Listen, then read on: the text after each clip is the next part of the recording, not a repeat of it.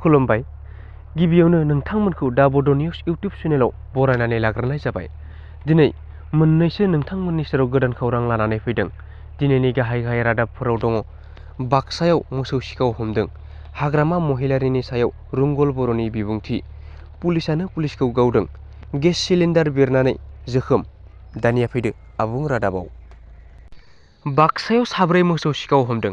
सिरियै मोसौ फालांगि खालामबोबाय थानाय साब्रै फालांगिजों लोगोसे गंनै गारिनिफ्राय मा-17 मोसौफोरखौ हमनो हादों बरमा पुलिसा। हमजानाय साब्रै सिखावफोरनि मुङानो जाहैबाय इमरान हुसेन, मइदुर आली, हनसेर आली आरो मइनुल हुसेन। गासैबो मोसौफोरखौ जिल्लानि बाहेराव लांनो नागिरनाय समावनो हमनो हादों।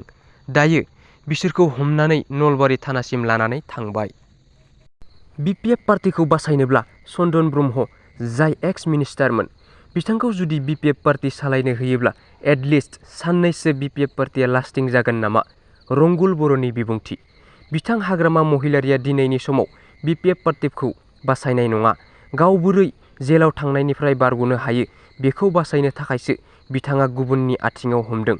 दिनै जाय हाग्रामाया 17 बोसोर बिटिसिखौ सासन खालामबोबाय, बे मानसिया दिनै बोरै मोनसे धोरोमखौ टारगेट खालामनानै लाखो, जेराव बै समाव बिथांखौ सोरबा खृष्टान, सोरबा बाथौ, सोरबा मुस्लिम गासैबो सापर्ट होदोंमोन।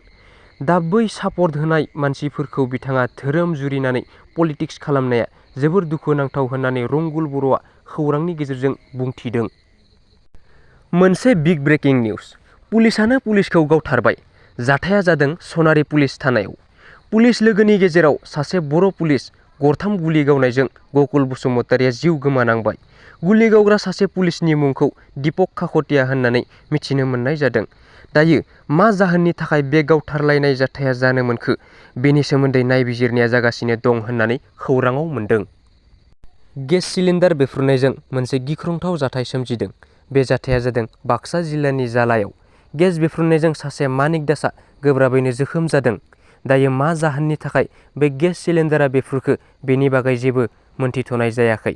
जोखोम जानाय सुबुंखौ देहा फाहामसालियाव फाहामथाय होबाय दं होननानै खौराङाव मोननाय जादों। भिडिअखौ मोजां मोनदोंब्ला लाइक, कमेन्ट, शेयार आरो लोगोसे चेनेलखौ साबस्क्राइब खालामनो दाबाव। गोजोन्थों।